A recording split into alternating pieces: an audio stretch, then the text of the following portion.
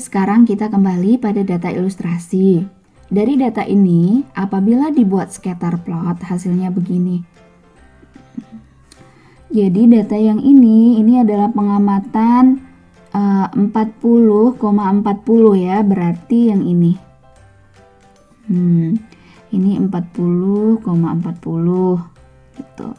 Kemudian yang ini adalah 50 dengan 40 ya pasangannya. Jadi yang ini adalah 50 dengan 40 pasangannya. Jadi ini adalah X, ini adalah Y. Begitu juga yang ini. Nah, ini adalah X, ini adalah Y gitu. Dan seterusnya untuk data-data yang lain. Jadi satu titik data ini mewakili satu pasang peobah X dan Y ya. Jadi ini koordinat X, Y begitu. Kemudian ini adalah garis regresinya. Nah, apa persamaan garis regresi ini? Maka kita pertama-tama harus mencari B1, kemudian mencari B0. Berapa masing-masing nilainya ini? Setelah dapat nilai B0 dan B1, kemudian kita interpretasikan.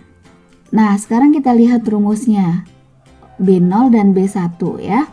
Di bagian depan tadi telah disebutkan rumus B1 itu begini, sigma XI min X bar dikali YI min Y bar. Ini berarti rata-ratanya X, ini rata-ratanya Y.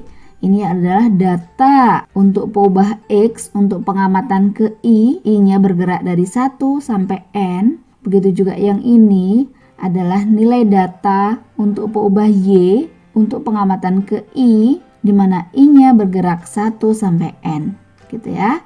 Nah, kemudian ini dikalikan, dijumlahkan.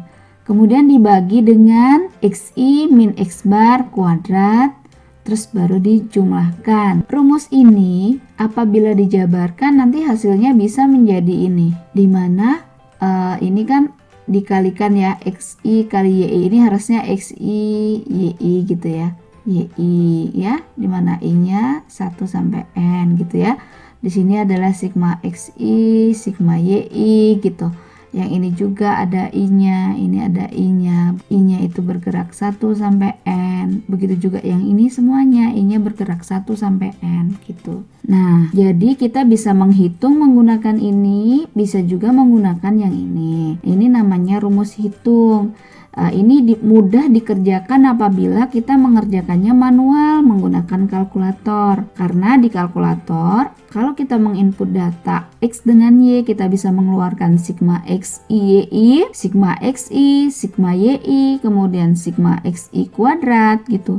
Sigma X itu bisa langsung kita keluarkan. Nah, namun jika mengerjakan menggunakan Excel, sama saja kita mengerjakan dengan ini maupun dengan yang ini sama saja. Nah, sekarang kita akan belajar menghitung menggunakan rumus B1 yang ini, yang di atas, dan yang menggunakan rumus hitung. Nah, perhitungan ini kita lakukan di Excel. Mari kita lihat. Jadi data kita itu ini dan ini. Nah, karena kita butuh XI min X bar, jadi pertama cari dulu X barnya. Ini X bar dan ini Y bar. Ini adalah XI min X bar yang ini YI min Y bar. Nah, coba kita lihat XI min X bar itu artinya ini kan XI nih. Ini XI ya. Ini YI di mana I-nya bergerak dari 1, 2, 3, 4, 5, 6, 7, 8, 9. Jadi ada 9 data di sini. Nah, sekarang kita hitung menggunakan Excel. Ini XI dikurang dengan X bar. Ini X bar ya. Nah, kita dolarin.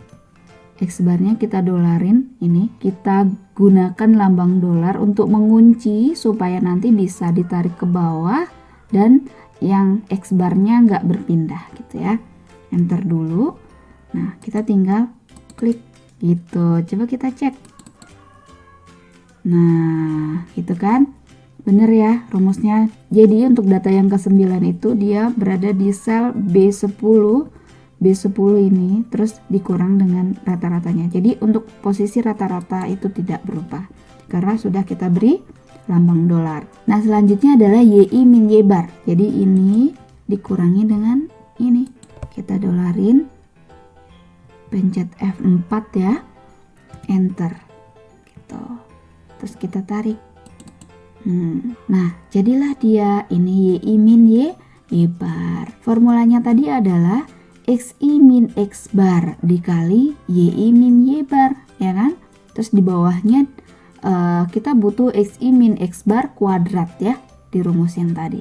Oke, nah berarti sebelumnya ini berarti kita butuh XI min X bar dikali dengan YI min Y bar. Gini. Berarti ini dikali dengan yang ini. Nah gini. Nah, kita kan butuh penjumlahan dari XI min X bar dikali dengan YI min Y bar. Maka kita sum di sini. Sum. Kalau yang rata-rata tadi rumusnya average ini ya. Nah, ini sumnya. Nah, kemudian kita butuh XI min X bar kuadrat ya. Jadi ini XI min X barnya adalah kolom D dikuadratkan. Nah, jadi begini. Terus dia juga harus dijumlahin. Nanti kita sum. Kita bisa melakukannya dengan sama dengan sum kayak tadi. Bisa juga karena di sebelahnya udah ada sum, kita tarik aja ke sebelah kanan. Nah, coba kita cek formulanya sum ya. G2 sampai G10. Ya, ini adalah rumus B1 tadi. Jadi XI min X bar dikali YI min Y bar. Kita sudah punya ya. XI min X bar dikali YI min Y bar. Terus di sum, berarti dijumlahkan. Kita udah dapat ini. Jadi ini namanya sigma XI min X bar dikali YI min Y bar. Gitu. Jadi kita tulis di sini 1571,11 gitu. Terus dibagi dengan XI min X bar dikuadratkan dulu baru dijumlahkan. Nah, ini XI min X bar kuadrat tuh ini. Terus dijumlahkan. Ini hasil jumlahnya. Jadi yang ini adalah sigma XI min X bar kuadrat gitu. Berarti ini dibagi dengan 155,56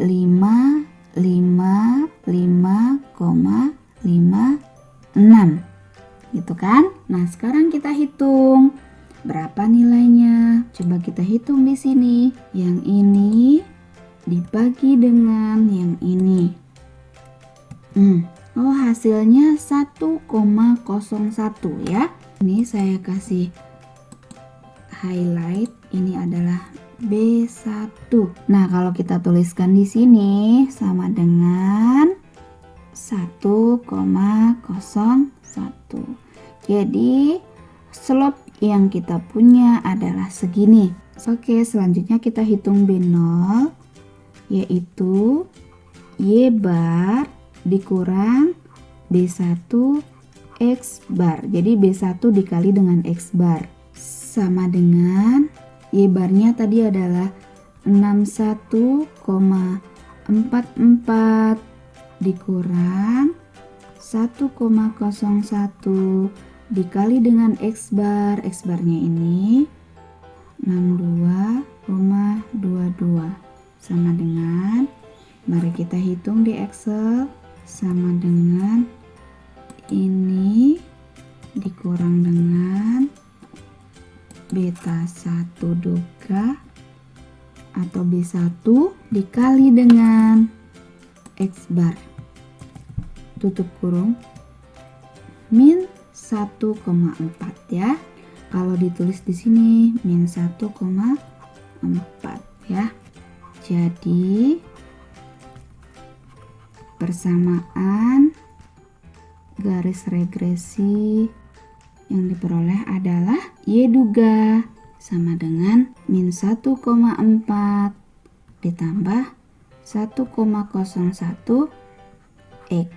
Sekarang apa interpretasi dari koefisien regresi? Nah, persamaan yang tadi juga bisa kita tuliskan langsung sesuai dengan peubah yang kita gunakan di kasus, tidak dalam notasi X dan Y ya. Jadi dari Y duga sama dengan min 1,4 plus 1,01 X. Nah, ini juga sama saja kalau kita tuliskan Y-nya kan nilai UTS dan X-nya skor pemahaman. Jadi dugaan nilai UTS, dugaan ada lambang topinya ya. Jangan lupa saat menuliskan persamaan garis regresi harus ada lambang duganya, karena ini merupakan hasil pendugaan ya. Berapa tadi? Min 1,4 ditambah dengan 1,01 dikali dengan skor pemahaman. Sehingga interpretasinya adalah ini B0, ini B1. Saat kita menginterpretasikan B0 dan B1, kalau B1 itu pasti interpretable, artinya bisa diinterpretasikan. Tapi B0 itu belum tentu bisa diinterpretasikan. Maksudnya adalah ada kondisi yang itu menjadi tidak masuk akal atau tidak rasional jika dikembalikan ke kondisi realnya. Nah, seharusnya B0 di sini adalah besarnya dugaan rata-rata nilai UTS saat skor pemahamannya sama dengan 0. Harusnya segini. Dengan catatan bahwa skor pemahaman sama dengan 0 itu berada pada rentang pengamatan nilai X-nya. Nah, sekarang kita lihat datanya. Di sini kita lihat bahwa skor pemahaman tidak ada yang nilainya 0. Meskipun secara rasional skor pemahaman boleh bernilai 0. Karena itu, nilai X sama dengan 0 tidak berada pada selang pengamatan ya, karena tidak ada data yang bernilai 0 pada peubah skor pemahaman. Nilai terendahnya adalah 40 dan tertingginya adalah 80. Jadi selangnya adalah cuma dari 40 sampai 80. Ini adalah selang pengamatan kita. Kemudian sebagai batasan bahwa dalam ilustrasi ini nilai UTS-nya adalah berkisar dari 0 sampai 100. Jadi tidak ada nilai negatif. Oleh karena itu nilai B0 sama dengan min 1,4 itu tidak interpretable. Nah, selanjutnya bagaimana interpretasi dari B1? Interpretasi dari B1 adalah nilai dugaan perubahan rataan Y apabila X berubah satu satuan. Kemudian B1 kita interpretasikan sebagai dugaan rataan nilai UTS akan meningkat karena tandanya positif ya, sebesar 1,01. Dugaan rata nilai UTS akan meningkat sebesar 1,01 apabila skor pemahaman bertambah satu satuan. Oke, demikianlah penjelasan mengenai bagaimana cara menentukan persamaan garis regresi serta menginterpretasikan dugaan parameter regresi yang kita peroleh, yaitu nilai B0 dan B1. Untuk menentukan nilai B0 dan B1 dengan rumus hitung yang satu lagi, nah ini silahkan simak video yang lainnya. Oke, sekian dulu. Assalamualaikum warahmatullahi wabarakatuh.